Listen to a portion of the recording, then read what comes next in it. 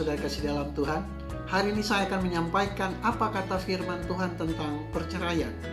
Dalam Matius 19 ayat 4 sampai dengan 6, di sana dituliskan, jawab Yesus, tidakkah kamu baca bahwa Ia yang menciptakan manusia sejak semula menjadikan mereka laki-laki dan perempuan? Dan firman-Nya, sebab itu laki-laki akan meninggalkan ayah dan ibunya dan bersatu dengan istrinya, sehingga keduanya itu menjadi satu daging.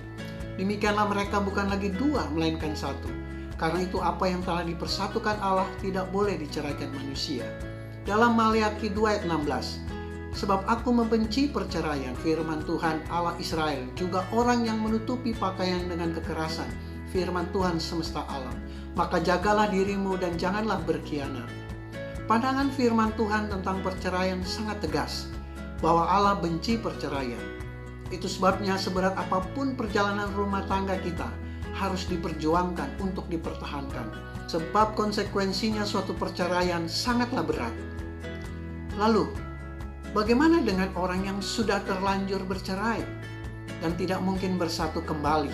Apakah boleh menikah lagi? Tidak boleh, saudara, karena menurut firman Tuhan itu adalah sebuah perzinahan. Lukas 16 ayat 18, setiap orang yang menceraikan istrinya lalu kawin dengan perempuan lain, ia berbuat zina.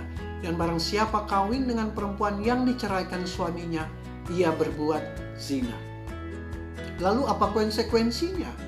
Karena Allah adalah adil, maka pasti ada konsekuensi bagi yang tidak taat. Dalam 2 Korintus 5 ayat 10, sebab kita semua harus menghadap takhta pengadilan Kristus, supaya setiap orang memperoleh apa yang patut diterimanya sesuai dengan yang dilakukannya dalam hidupnya ini, baik ataupun jahat. Lantas apa solusinya? Tentunya ia harus hidup tanpa istri atau tanpa suami, atau kembali kepada pasangannya. 1 Korintus 7 ayat 11, dan jikalau ia bercerai, ia harus tetap hidup tanpa suami atau berdamai dengan suaminya. Dan seorang suami tidak boleh menceraikan istrinya. Lalu, apakah seorang janda atau duda meninggal dapat menikah lagi? Tentu boleh, saudara. Roma 7 ayat 1-3. Apakah kamu tidak tahu, saudara-saudara, sebab aku berbicara kepada mereka yang mengetahui hukum, bahwa hukum berkuasa atas seseorang selama orang itu hidup, sebab seorang istri terikat oleh hukum kepada suaminya selama suaminya itu hidup. Akan tetapi apabila suaminya itu mati, bebaslah ia dari hukum yang mengikatnya kepada suaminya itu. Jadi selama suaminya hidup, ia dianggap berzina kalau ia menjadi istri laki-laki lain. Tetapi jika suaminya telah mati, ia bebas dari hukum, sehingga ia bukanlah berzina kalau ia menjadi istri laki-laki lain.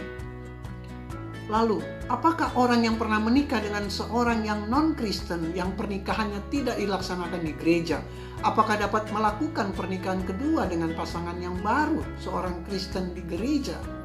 Tentu boleh. Selama tidak pernah diberkati di gereja, boleh, saudara, karena ia tidak terikat dengan pernikahan sebelumnya.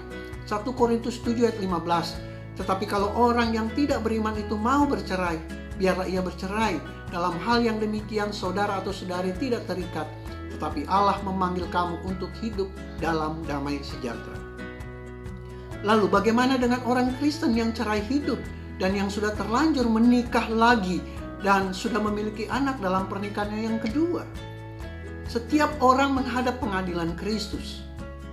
Tuhan sangat tegas dalam firman-Nya bahwa Ia membenci perceraian, dan Tuhan adalah hakim yang adil. Mereka akan mempertanggungjawabkan perbuatan mereka kelak. Lalu, bagaimana dengan orang yang bercerai karena pasangannya berzina atau selingkuh? Bukankah ada ayat yang berkata barang siapa menceraikan istrinya kecuali karena zina? Ayat tersebut ada dalam Matius 19 ayat 9. Konteksnya bahwa Yesus dicobai oleh orang-orang Farisi, penganut aliran Beit Shammai, itu aliran yang paling keras dan tegas dalam Yahudi.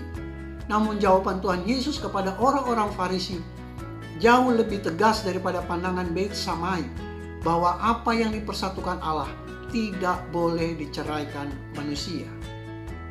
Lalu, bagaimana dengan keluarga Kristen yang sudah bercerai secara sah, kemudian rujuk kembali? Apakah harus pemberkatan lagi di gereja?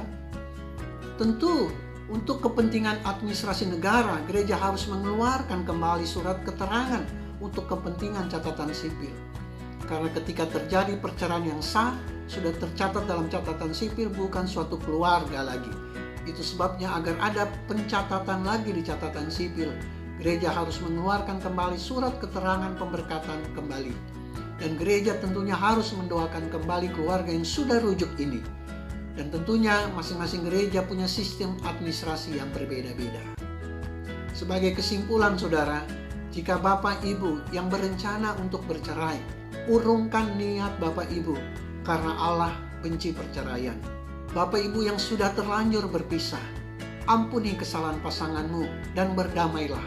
Tuhan Yesus berfirman dalam Matius 5 ayat 9, berbahagialah orang yang membawa damai karena mereka akan disebut anak-anak Allah. Demikian pembahasan saya, apa kata firman Tuhan tentang perceraian. Semoga bermanfaat. Tuhan Yesus memberkati.